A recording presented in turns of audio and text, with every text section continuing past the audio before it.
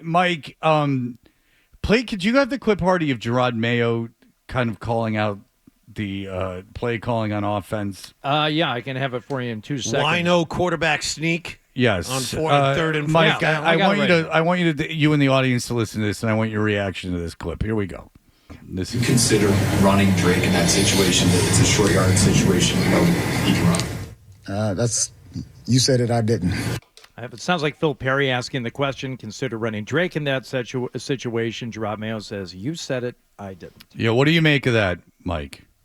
All right, so two things, guys. The first, what do I make of it? It's left open to interpretation. You could certainly hear that and say, yeah, looks like he's second-guessing the offensive coordinator, Alex Van Pelt. I am curious. I want to follow up with Gerard 9 o'clock this morning. He's doing a media availability. I'm going to ask him if someone doesn't ask him before me. There was a follow-up question by Doug Kye to the Boston Herald later after that, and Gerard said, I ultimately make the decision, but it's still left open to interpretation. I wasn't in the room, guys, for that. I started in with Gerard last night. I had to leave because we had a pool report with the referee on that roughing the passer call, and I got called to do that in the middle of Gerard's presser, so I missed that live. Yeah, it's interesting. I've asked you this before, but Maye is developing, and listen, he's up and down, but he's a rookie and he looks to be talented. And there's an issue, but the offense is predictable and not very good. First of all, do you agree that the offense is predictable? Yes. Okay. So obviously, Alex Van Pelt isn't a someone who's going to change things in terms of conceptually offensively, but he has been effective with Drake Maye. Where do you land on the? Is it more important to have an offensive coordinator and to have that consistency with a young quarterback, or is it more important to have someone that is more astute at the actual calling of offense and developing offense? Oh man, Fred, there's a lot here. I think what my answer, what I want to say is I'd love to see what it looks like with better offensive line play and with better receivers. Sort of goes back to the conversation we had a few weeks ago about the talent on the team. Because I think it's like, does the talent make the coaching? Does the coaching make the talent? It's not 100% one, 0 the other. I think Alex Van Pelt on the whole has done as much as he probably could this year with what he has, right? And so I guess the question or the answer, Fred, is if you're going to decide you don't want to move forward with that, well, what are you going to move forward with? What's the answer then? When you look around the NFL, though, I mean, I understand there's an incredible lack of talent on this offense at the receiver position and offensive line. Do you think that someone else, if they had a more innovative offensive coordinator, that at least that they could be more effective? Like Alex Van Pelt is never going to be an innovator. I mean, he is what he is. You would agree with that, right? Like he's not a young, innovative guy. He's not changing the way offense is played. Would you agree with that? I think it's fair, Fred. I mean, I think we've seen a little bit of an opening up of things, maybe the last few games, using Marcus Jones as an example, splitting Drake out wide, like that type of stuff. But we're not reinventing the wheel there, but I think we're seeing like a little bit of more creativity. I just think his hands are tied, Fred. Okay. Like it's a tough balance. But to answer your question, to me, the gold standard is like someone like Josh McDaniels, who I think if you look back on some of the stuff that he did under Bill Belichick with some offenses like like the Mac Jones, the first year. He's great. In 2021. Right. He was very good. Yeah. He was good. So. Yeah. I mean, Josh McDaniels was like, yeah. And I mean, they had a long run of, really innovative offensive coordinators and good offensive coordinators here until they didn't, then they just went, we're going to throw Patricia anyone can at do this job, which is wrong. Well, no, that's just not true. Go ahead, John. I wanted to get back to the point of, is it the coaching or is it the talent? And we were talking about this earlier, Mike. They're making the same mistakes they made during the first month of the season, and this is after a bye week. You still have bad penalties to take away big plays. You still have drop balls by receivers. This time it led to an interception. You still have bad penalties at bad times, and you still have a lack of execution on 3rd and 4th and short.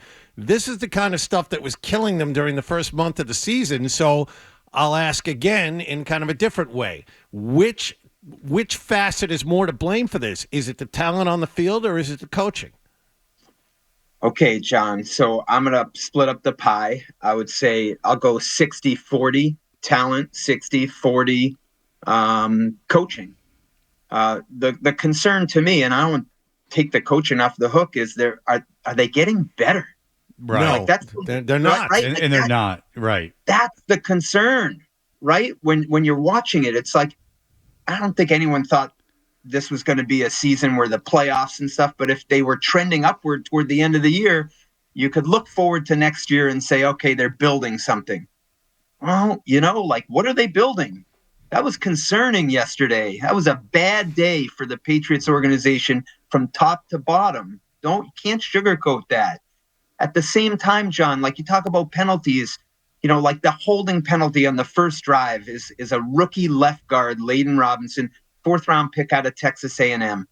Like, I think that highlights the balance of what we're talking about. Like, he might be a good player. He might end up being a backup. We don't know. They're trying to figure it out. And he had a bad holding penalty that stalled their first drive. And so, like, is it the talent? Like, it might be. Like, he might not be the guy. So it's hard. You know what I mean? It's a hard balance what we're talking about here. Yeah, but it all reflects on a new regime. I mean, whether it's talent well, listen, it's not ideal to be starting a 4th-round pick on your offensive line, I would imagine. That's not the way you draw it up.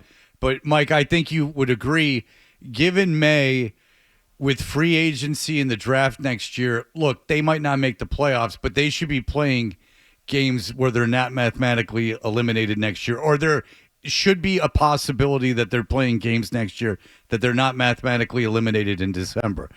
First, do you agree with that? I agree 100%. This is unacceptable. Right. Okay. So, like, my concern, because and I don't know if you even probably don't remember, but like when we talk, my thing was always been, I'd much rather have the quarterback than the coach, but the way things have been trending, so say they get rid of both coordinators. Like, say they they just overhaul the coaching staff and keep Mayo. I mean, I know they're keeping Mayo, but I'm getting concerned that Mayo is ever going to catch up. That he had enough experience getting into this, where the learning curve is such that he can overcome it. So, Fred, it's a fair concern. I think that probably so put yourself in the position of the Krafts. So Robert Kraft obviously saw something that he believed in Jerod Mayo to make him the head coach. So he's got to ask himself, okay, based on the year that we've seen, is my belief still that strong? And if it is, where did we misstep to not put him in the best position to succeed? And if his belief is still strong, Fred, and I'm going to say if, because I don't know what he's thinking. I haven't heard anything from him on this. Should they have had a more veteran coach with them? So I'll give you an example. I think in Seattle, and I'm pulling this off the top of my head coming off a red-eye flight. So if I'm wrong, I'm asking for forgiveness. Mike McDonald, second, young head coach like Jerod. I think he hired Leslie Frazier as like a senior assistant coach who had been a head coach before. Did they miss that with Jerod? Did they overcompensate for not wanting to put someone next to Jerod who maybe had head coach aspirations, and they were worried about, that person maybe eyeing Gerod's job, that type of thing, Fred? I think those are the conversations they need to have. Well, how about Kevin O'Connell, who might win Coach of the Year? He's got Brian Flores as a defensive coordinator. He's got guys in that coaching tree that that are innovators. Go ahead. Mike Pettin is another one, just to mention that. Yep, he's done it. Oh yeah, Mike Penn, Jet guy. Yeah, he's done it before. So there just seems to be. Look, I know why Kraft hired Mayo, knowing Mayo. Like Mayo was an in-studio guest here for a season or two. Like, he's very impressive. He had success in the private, like outside of football. He's like an impressive guy. He's smart. I mean, he is. He's all those things. I understand, and I believe he could be a head coach in the NFL. I just think that he came in with such an unbelievable lack of experience coaching, and now you're the CEO of an organization. I know he can do it, that he has the knowledge and the inherent gifts to do it. I just don't know if it's this time around, because it's just such a tough learning curve. Fred, let me, and I want to ask you this, because where my confidence that he can do it is shaken a little bit is what's happening on defense. Yeah. Like you're right. Like head coach job, CEO, there's a lot that goes into it. But to me, if I were to ask you guys, like what's Gerard's expertise? What does he know more than anything else? Well, obviously, he's a great defensive player. Sure. Yeah. And what's happened to the defense this year? And I know that there's some factors involved in that, but that's the part that shakes the confidence a little bit. Like you would talk about making the same mistakes, offensively, penalties. I'm looking at the defense and I'm saying, wait a minute, this is supposed to be his baby. What's going on here? Okay, I hate to do it, but okay, Jets. They fire Saleh and Ulbrich, who was a head coaching candidate last year. Their defensive coordinator becomes head coach. Ulbrich is still basically in charge of the defense, and the defense falls apart. It's one thing to run it. It's one thing to be a defensive coordinator. It's another thing to have to keep track, to be the CEO and keep your eye on everything. I mean, I've just seen it happen. But I do agree with you. Why does the defense fall apart? And maybe he's behind things. We're running out of time. You've been great. I do want to ask you about this. How funny is it that Belichick went to the Jets and asked if he could get the job? So Fred, when I read it and I came from Diana Rossini of The Athletic, it was a very interesting piece. And been corroborated by Breer. Yeah, and she does people. And they both do a great job. Fred, my thought was I wanted more context to the reach out. I have it. Okay, tell me, because I find it hard to believe Bill reached out and wanted the job. So tell me. There are other teams he didn't reach out to with openings. He was particularly interested in the Jets job, according to multiple reports. And my thought, and maybe that's true, my thought was he probably has a connection with Mike Tannenbaum. He does. Or he does. They're friendly. And Tannenbaum, if you don't know, is in charge of the coaching search and the GM search, yes. With the 33rd team. And Fred, my thought was if I knew Bill from covering him for 24 seasons, he's going to reach out to anyone connected to every opening. But he didn't, however, according to reports. I find that hard to believe. Do you know something? Do you know anyone something? corroborate that he didn't, Fred? Breer said that he didn't. Breer said he heard from teams that with coaching openings that Bill didn't reach out to them. Breer said that. I'm not. I mean, I'm not going to. No, I understand you're not attacking Breer. My understanding was Breer was saying that he talked to the other teams, some other teams with coaching openings, and they reported to him that Bill didn't reach out to them.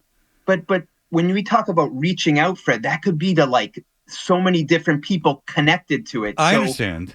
So, and it is funny, though. Don't ruin it. It's funny. Well, it doesn't even have to be about not reaching out to the other teams. The fact that the Jets, in his mind, was somehow a possibility. That to me is that my amazement can end right there, because I'm amazed at that.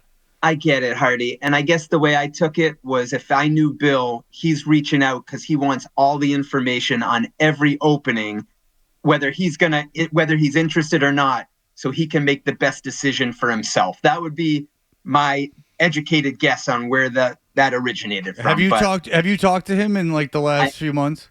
I have not. Okay. Interesting. Yeah. It's an interesting thing. How about that Lombardi? I guess he's making like a $1.1 million. 10 years of carrying that guy's nuts. He got himself a 7-figure job. Lombardi's a real idiot, huh, Mike?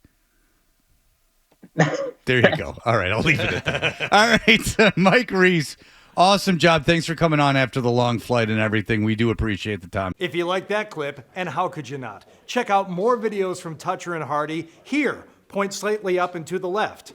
For more Patriots analysis and opinion, hit this playlist. Point slightly down and to the left. And for the latest from the Sports Hub, download at 985thesportshub.com.